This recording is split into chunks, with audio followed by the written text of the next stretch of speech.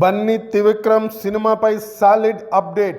ఆది 2012 వరుడు లాంటి సినిమాలతో బన్నీ కెరీర్ బాగా డల్గా నడుస్తున్న పీరియడ్. అలాంటి సమయంలో జులైతో అల్లు అర్జున్కు బ్రేక్ ఇచ్చారు త్రివిక్రమ్. అంతేకాదు బన్నీ కెరీర్లో మొదటి 40 కోట్లు షేర్ సాధించిన సినిమా కూడా ఇదే. ఆ తర్వాత ఈ కాంబోలో సన్ ఆఫ్ సత్యమూర్తి, అలా వైకుంఠపురంలో లాంటి సినిమాలు వచ్చాయి. తన కెరీర్ను మార్చేసిన త్రివిక్రమ్ను కాదని మరో దర్శకుడి వైపు అల్లు అర్జున్ వెళ్తారా చెప్పండి. కాకపోతే పరిస్థితులు వెళ్ళేలా చేశాయి.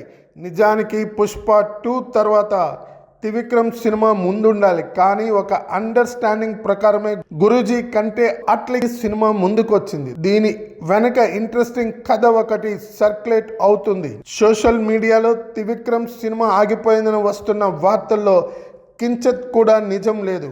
పక్కా ఈ ప్రాజెక్టు ఉంటుంది. పైగా బన్నీ కెరీర్లో అతిపెద్ద సినిమా ఇదే, అందులో ఎలాంటి డౌట్స్ అక్కర్లేదు. కాకపోతే కాస్త ఆలస్యంగా మొదలు కానుంది ఈ సినిమా. అందుకే ఏడాది లోపే సినిమా పూర్తి చేయాలని కండిషన్తో అట్లీకి ఛాన్స్ ఇచ్చారు. అల్లు అర్జున్ ఇదే పనిలో బిజీగా ఉన్నారు.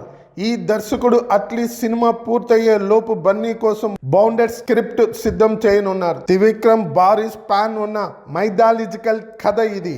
కుదిరితే 2 పార్ట్ చేయాలనే ఆలోచనలు ఉన్నాయి. అందుకే టైం తీసుకొని పర్లేదు కానీ స్క్రిప్ట్ లాక్ అయ్యాకే దిగాలని చూస్తున్నారు. బన్నీ త్రివిక్రమ్ ఆలస్యానికి కారణం కూడా ఇదే. 2026 సమ్మర్లో ఈ చిత్రం సెట్స్ పైకి వచ్చే అవకాశం ఉంది.